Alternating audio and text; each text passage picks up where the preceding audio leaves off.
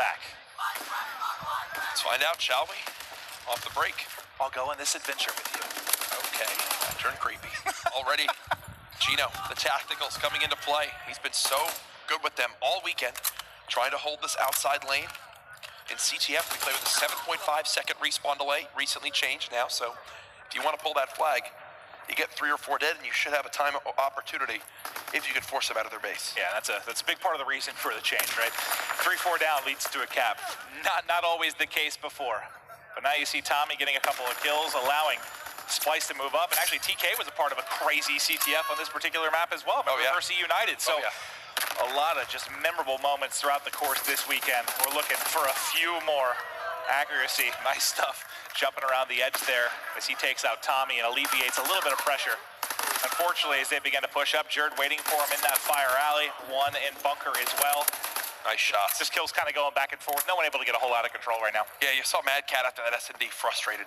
1-7 performance. Certainly. In a grand final. Not ideal, to say the least, especially for someone as competitive as Mad Cat. One thing I think I did just kind of notice, and when Chino comes off spawn, I want to check. I believe he's also now running that advanced rifling on the AR to match that of accuracy. 2 of the only assault rifles I've seen this entire weekend to do it. Okay, now he just switched to an airborne class. He did that, did have it on his infantry class though. Interesting, yeah. Yeah, you have to. You need that third attachment, right, if you're gonna be running it. And I don't know, it's interesting. If you're gonna be playing stationary, especially a slower game mode like CTF, that's where it can really thrive, I would think. But what I love is the reason why he switched to that airborne class from the infantry class is because his team has middle map pressure. They were in an advantageous position to go for a flagpole. And look, Chino sprinted off spawn and is now running with his flag player because he switched to airborne. Well, they're heads up play. Waiting for Tommy to peek. Gonna peek the edge. Accuracy once again winning a gunfight. Theory involved in the action as well. The last one is gonna be Bance trying to make a play in cabin. He's got the return. Nice job. And there comes the return. Bance does it on one side, Mad Cat the other, and the return is in. Still 0-0 scoreline. But they're going to spawn up back here, and Bance knows that. He will at least shut down accuracy. But now a pinch coming in from 3 players on TK. Honestly, the more time you're in this position, the more you have TK rotating back, and the more you allow your teammates to move up. I mean, Tommy and Jerd aren't able to get in these spots unless Bance is being a nuisance to the back line. Absolutely. Now you have an opportunity to make a play. You have 1 player hitting from mid-cut. The spawns are a little bit wonky here because you literally had a hit from everywhere. You see the number 2 from mid, 4 from the bottom of the screen. You had 1 coming from top as well. Maybe that disrupts the push a little bit. Like, you almost hit from too many lanes. Yeah, it's a very awkward area on this map with how deep that spawn is. I mean, look at where we just saw Theory spawn. The last pixel of that mini-map. Jack, there's always areas back there. It's 12:01 now. It is officially Championship Monday. Ooh, I like that. That's got a nice ring to it. We should do this more often. Right? As Adam. Yeah, Adam's like, shut Adam's up. sprinting at me right now. He's going to kill me with He's a large man. I'm scared. Minute 45 now left in the first half. Theory, nice job going prone, holding the edge and picking up a kill. Chino involved in the action as well. Playing a little bit of defense here is Kenny, but you see surging forward is Theory. He has been a beast when it comes to the objective throughout this weekend. Nice patience there, easy pickings on Bance. Free aim to back, almost wins one against Tommy. Tommy has all the advantage there with an FG, but good pressure from Theory to, again, allow his teammates to move up the map. Even if you're by yourself in that situation, you at least open it up a little bit. But as I say that, look at the other side of the map. Jerd has surged forward. Yeah, and Jerd actually let 1 player sneak past, waited for his teammate to pick up the kill, and then shot the second in the back, and now he'll pull and actually challenge the players coming off spawn. I love this decision. It's 3 dead, but no. Gets a little bit overeager. It's Chino with 2. To buy some time for his team to spawn. Will they get there in time? The flag is actually in the most awkward area possible. Yeah, I like the first pick there from Jerd, but once your teammates pick up 2 more kills, go. Yeah, right? Like, you don't need to challenge 1 more, in my opinion. But maybe he's just trying to see if he gets breaks and still make a play, but it could end up costing him there. They don't get a cap out of that with what looked like a definite score. Chino only went up, 3 down. Get the hell out of there with the flag. That was 3 down within, 1 second ago. That wasn't, players 2 or 3 seconds off spawn. They had the full respawn delay. Don't get me wrong. Props to Chino. I mean, he made a big play, but still, I think that's a little bit of an error, communication error play there from SPLYCE. That's that advanced rifling alongside grip making the difference. Pinpoint accuracy with the AR.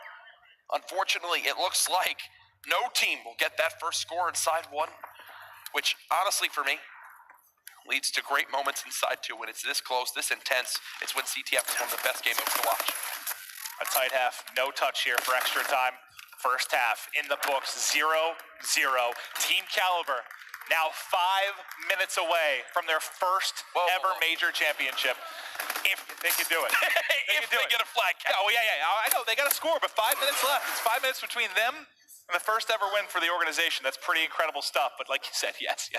SPLYCE, they're not going away yet. Here we go, into side 2, SPLYCE and TK. Can SPLYCE come to life in this grand final? All it takes is one hero play to spark some momentum. Hasn't happened yet, but there's still time left. See what they can do here. Kenny, inside you. Trying to get a kill. Yeah, shots a little bit yucky, and Tommy turns and takes advantage of him at range with the AR. 3 death. Trading it out, though, is accuracy. They know where Jerd is as well. Does accuracy go to help, or does he hold this angle? It looks like for now he'll do the latter. I'm sure he's going to shift in a second here. You would think Chain's going to get eyes on that. This is actually, I like this a lot, because he's waiting for his teammates to push up ruins to then go for a unified push instead of trying to do something crazy.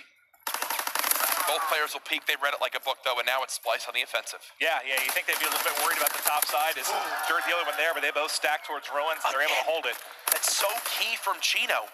Even just getting one kill will buy his teammates a few more seconds, and that can mean the world in CTF. Yeah, exactly. That's what you got to love about CTF. Each kill becomes so much more crucial. But now pressure coming forward from SPLYCE. Trying to play a little bit of defense in the backside, but 2 kills do come in. That's going to prompt Chino to now rotate over. Holding a good position here. Smoke's coming down. Yeah, Smoke's not far. I don't know if he should be able to kill him. That's just a smoke. It needs to be a little bit more forward. Cut that off. Instead, you give Chino easy kills and a return. I like the idea there. You get the flag, you get in the bunker, you got to feel like you're out, but you need that a little bit further there. Absolutely, and knowing that Chino's got a slower AR class, you're going to be able to outrun him with an SMG in the hands of, I believe it was Jerd who was trying to make that play. Either way, 6 and 15 game from Kenny, kind of the outlier performance for the wrong reasons in this first 7 minutes. Where we saw him excel in game 1 was just flying with a sub and making multi-kill after multi-kill. Yeah. That doesn't happen in CTF quite as much. Got to slow it down. Maybe the change of pace could, I don't know, maybe hurt him a little bit. Tommy with 1, but for as long as I believe that is Chino in the back of the map with the AR, they're not going to be able to pull this flag, and they know it. And with that kill from Jerd on the Theory, TK have peace of mind knowing that their base is safe. And I know everyone's important in this, but sometimes, man, that last line of defense can be your most important player. Chino, when he's going to be in those spots where he has to pick up a couple kills, needs to hit every shot as they're flying at the base. Him just being kind of that statue, that staple, that's waiting behind you to make a big play, got to be a big vote of confidence for Team Caliber. Kenny peeks on up. Trying to distract some of these players from SPLYCE. 2.5 minutes remaining. SPLYCE still just on the full defensive hold as they're coming off spawn. AR's pre-aiming, AR's getting kills. Kenny and company waiting. Oh, Tommy just dissecting them one by one. Kenny finally able to get the better. Might actually get 2 kills here. Kenny with a momentarily opening. Got to stay alive. Momentary opening, but yeah, there's 1 left. He has to get for his team. He was just still weak. Weak. 1 bullet from the FG takes him down. And Madcat's at a point there where he can kind of pre-fire a little bit because he knows that he's only got a couple-second timing window. He has to make an aggressive play if they want to get a flag out. Yeah, Kenny maybe shoulder peeking, trying to call up for his players pushing through ruins, but good play by Madcat there. But again, 2 players pushing forward. Theory and Kenny are here. Kenny drops the Theory, finds a kill before ultimately being traded out. It's just, I feel like both teams are playing very safe. You don't see too many overextends. There haven't been a lot of situations where there's been 3 or 4 down. I can only think of really 1 or 2 for the most part. It's the grand finals, man. No one wants to make that tragic mistake that leads your team to a loss. It's like a round 11 in S&D, right? Where typically, in our 90-second game clock in a round of S&D, it'll go down to like 30 seconds before a play is made because no one wants to be the one to mess up. Who's going to make the play down the stretch? Jerd trying to hold that close corner. Accuracy waits for it, peeks it, can't win it. 3 down, but it's 4 down. Huge. But it's 4 down on the defensive end. But it is going to allow them to push up the map, maybe catch Team Caliber on their back foot. Nade out, won't connect. This is tough for Chino as he's actually pushing up, trying to get aggressive. He's 1 shot. He needs to stay alive in this moment. That's exactly it. Maybe not allowed to a good position. Tommy picks up a couple of kills. They're both locked inside. They should be traded out. 4 down. That's a cap. That's a panic play from TK. That is a cap. Chino is one of the better players in the game at holding that back lane, watching the flag. Instead, he throws a nade and pushes forward and plays from a terrible position. SPLYCE will go up 1-0 with only 28 seconds left. They're fighting back. They're pushing this series. but it's not over yet. Tommy, Here's bro. those seconds. Tommy, bro. A game changer. Should be done here. I mean, you're all coming off a spawn. Splyce should have a W. There's no way. The game's over. Best of 5. No one can catch up to it. They can't get to it. They're all set up. Splyce on the board here in the grand final. I have to say, as good as Chino played for a majority of that map, I think he made the biggest mistake. And that was that play as he pushed forward and left that fantastic position he was in. And it's partially due to the fact that, I mentioned right before that we haven't seen a lot of 4 downs.